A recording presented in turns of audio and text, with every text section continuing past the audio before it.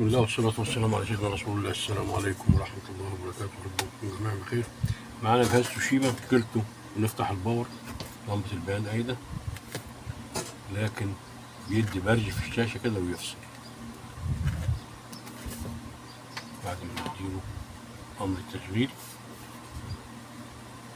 وبعد شوية شوف الوضع بيكون إيه.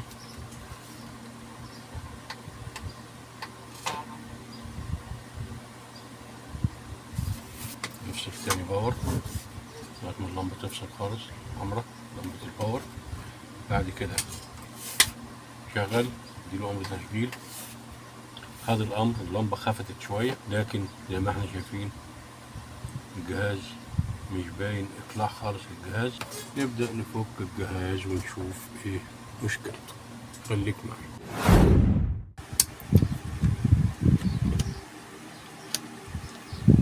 لمبة خفتت تمام ورجعت ستاند باي اشتغل كده. الجهاز معانا بيفصل حماية، يعني معناها ان في اي خط من خطوط الباور بيحصل عليه حمل، فالجهاز بيفصل حماية معانا على طول. يبقى نحدد المشكلة منين بالظبط، نقلب الجهاز ونقيس ضغوط الجهاز ونشوف المشكلة فين بالظبط. هنشوفها مع بعضنا.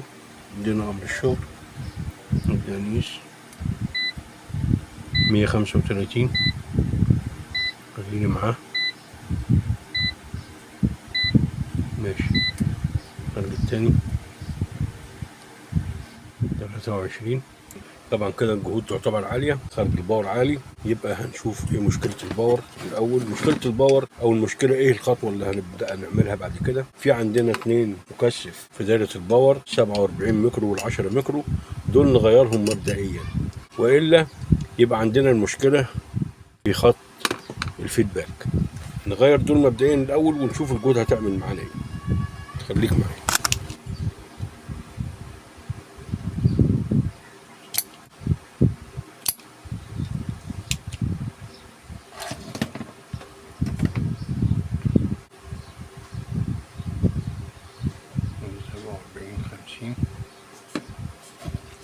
نبدأ نرجع نمشي.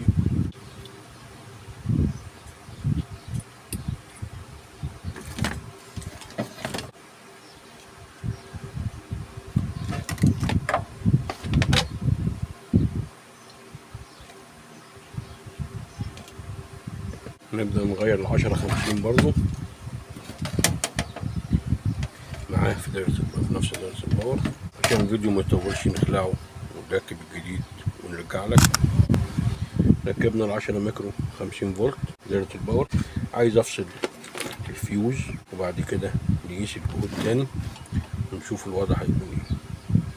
نفصل الفيوز الاول بتاع 110 ونشوف خارج الجهد او خارج الباور هيبقى عامل معانا كام.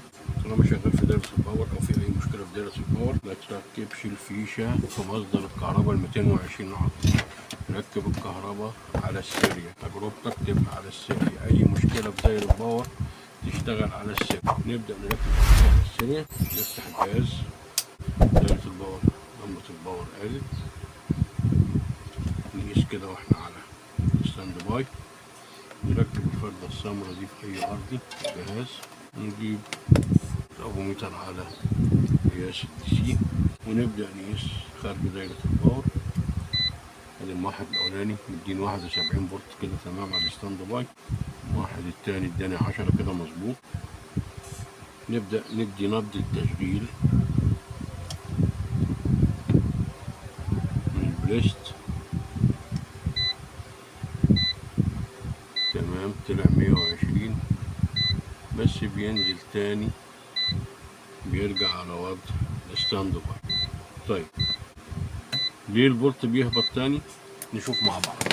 خليك المكثف السي 448 مكانه ده المكثف اللي كان فيه 33 ميكرو 250 فولت.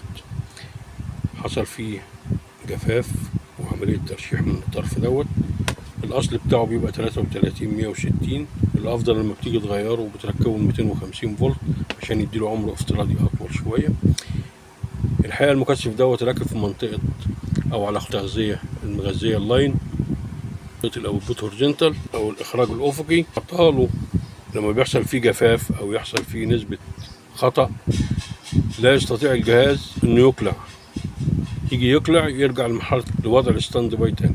بالفحص المكثف دوت فكناه لقينا فيه عمليه الجفاف دي، جبنا مكثف تاني بس هو 160 ما عندناش بقى ال 250 هنركبه عشان نشوف بس الوضع ايه.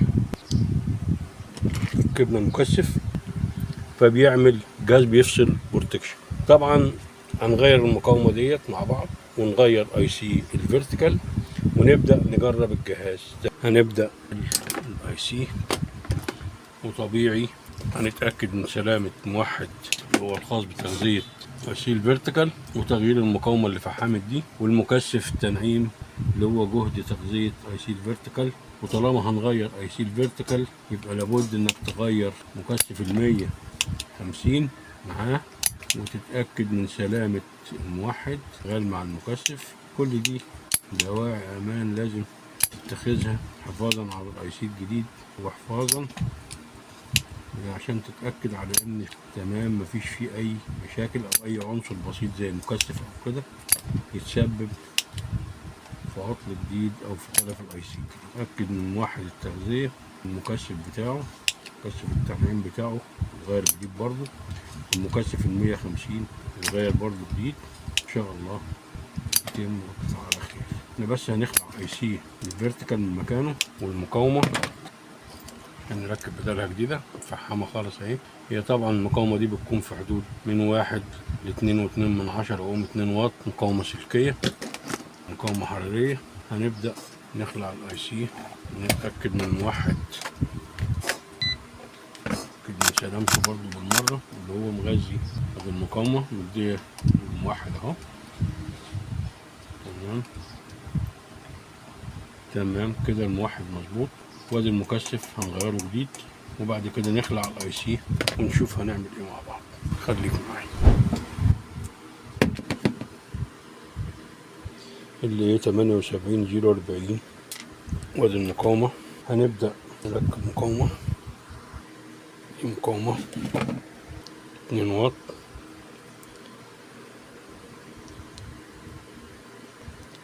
2.8 اوم.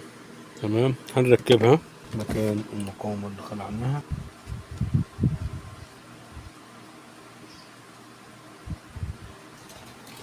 طيب عايزين نبدأ نركب ونوصل كهرباء للجهاز ونشوف ايه الوضع، ولا يفصل حماية تاني ونقيس الجهود بالمرة نشوف الوضع. على كده بعد ما خلعنا الاي سي وركبنا المقاومة نتأكد بس ان اطراف الاي سي مفيش حاجة فيها طايرة عاملة شورت مع التانية. تمام تمام. نبدأ نركب كهرباء. طبعا بنركب على السيريا. بسم الله. نبدأ نفتح الجهاز، لمبة الباور منورة، نقيس الجهود. بسم الله. نحط الأرضي في أرض الشاشة ماشي، ونبدأ نقيس الباور. ادي الفيوز خارج 110 ده طبعا وضع الستاند باي. تمام. وادي الموحد التاني مديني 10.7 مظبوط كده وضع الستاند باي. طيب نحط على 110، نبدأ ندي أمر تشغيل. تمام 113 الجهد ثابت. تمام مظبوط. نبدأ نركب اي سي الفيرتيكال مكانه ونغير المكثف بتاعه اللي هو 1035 ونجرب مع بعض. خليك معايا عشان الفيديو ما يطولش، نركبهم ونرجع. ادي المكثف 100 ميكرو 50 فولت 100 على 50. نبدأ نركبه. بسم الله. طبعا الفرد الطويل دايما بيبقى الموجب، دايما تخلي بالك من ايه من اتجاه الأطراف الموجب والسالب. عندي تغيير أي مكثف لتفادي إنك تركبه بالغلط. بسم الله.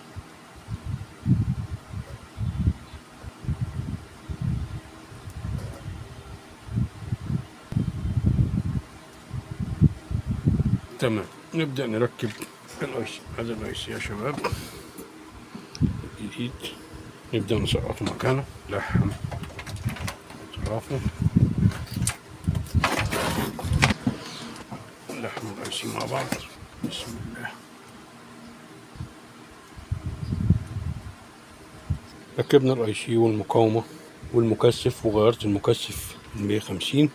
نبدأ نركب الكهرباء ونجرب، نقول بسم الله.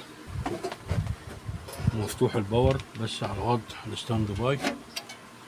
نبدأ نقيس جهود على وضع الستاند باي. ادي جهد 110 على الفلوس يديني 71. تمام. وادي الجهد 15 على وضع الستاند باي مديني 10 كده. تمام. نبدأ ندي نبضة التشغيل ونشوف الوضع يكون معانا ايه ان شاء الله. نقول بسم الله. وادي نبضة التشغيل ادتني 113 ولسه ما شاء الله الجهاز شغال والهاي تنشن طالع، سامع صوته. نقول كده تمام. نبدأ نركب فلانش على الشاشة ونجرب ونشوف الوضع. الجهد ثابت معانا 113 فولت. تمام. نبدأ نوصل الهاي تنشن على الشاشة ونشوف الوضع ايه على الشاشة. خليك معايا. نبدأ نشغل، نوصل كهرباء وركبنا الفلانشة على الشاشة. نقول بسم الله. مركبين على 220 على طول على فكرة، مش على السيريا. ونبدأ ندي نبضة التشغيل. تمام. الله، لمبة البيان خفتت والهاي تنشن طالع ما شاء الله. وادي الشاشة شغالة قدام ما شاء الله زي الفل. هوريها لك ايه، خليك معايا. تمام، اشتغل الجهاز الحمد لله. أرجو إنك قدرت أقدم معلومة مفيدة في الفيديو دوت يستفيد منها الإخوة الهواة والمبتدئين والإخوة الفنيين. أرجو من خلال الفيديو دوت، طبعا تشعب معانا العطل نظرا لزيادة خرج الباور إلى كذا عطل جانبي آخر. مشينا مع العطل واحدة واحدة، والحاجات اللي اتأثرت بزيادة الجهد اضطرينا نراجعها ونغير التالف منها إلى أن وصلنا إلى IC وغيرناه، وغيرنا المكثفات دايرة الفيرتيكال كلها. أرجو أن أكون قدرت أقدم لك معلومة مفيدة. وإذا عجبك الفيديو وعجبك الشرح أرجو ما تنساش تدعمنا بلايك، ولو ما كنتش مشترك في القناة تشرفنا باشتراكك وتشارك الفيديو لأصدقائك حتى تعم الفائدة. وأشكركم والسلام عليكم ورحمة الله وبركاته، وإلى اللقاء في فيديوهات قادمة إن شاء الله.